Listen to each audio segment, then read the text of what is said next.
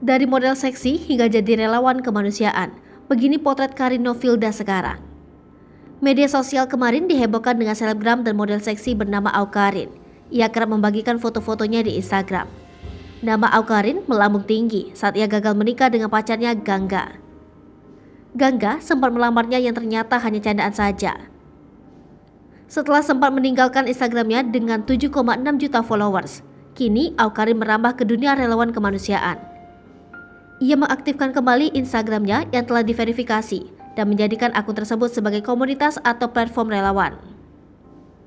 Saat ini, Karin Novilda atau Awkarin ini sedang menjalankan aktivitas baru sebagai relawan kemanusiaan. Mulai dari relawan orang dalam gangguan jiwa hingga membuka open sharing kesehatan mental. Ia juga saat ini tak lagi menyebut jika dirinya sebagai Awkarin. Ia lebih senang dipanggil dengan nama aslinya Karin Novilda. Sebab perubahannya telah terlihat saat kembali lagi ke Instagram dengan wajah yang baru. Ia saat ini sangat peduli dengan kesehatan mental seseorang hingga terjun ke dunia relawan. Awkarin juga tak takut saat ngobrol santai dengan orang mengidap gangguan jiwa atau ODGJ. Begini potret Awkarin sekarang dengan aktivitas barunya. Awkarin sudah aktif membuat video kesehatan mental. Bekerja sama dengan Kita Bisa, channel teman healing bersama Karin Novilda.